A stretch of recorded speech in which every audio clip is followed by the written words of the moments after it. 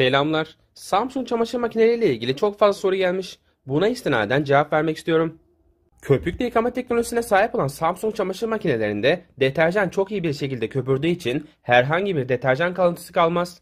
Ayrıca köpüklü yıkama teknolojisi deterjanı iyi köpürttüğü için lekeler daha kolay çıkar ve yüksek sıcaklığa gerek duymadan çamaşırlarınız mükemmel bir şekilde yıkanır. EcoBubble teknolojisi olarak isimlendirilen köpüklü yıkama teknolojisi size sudan, deterjandan ve elektrikten tasarruf elde etmenize olanak tanır. 10 yıl motor garantisine sahip olan Samsung çamaşır makinelerinin oldukça sessiz çalıştığını belirtelim.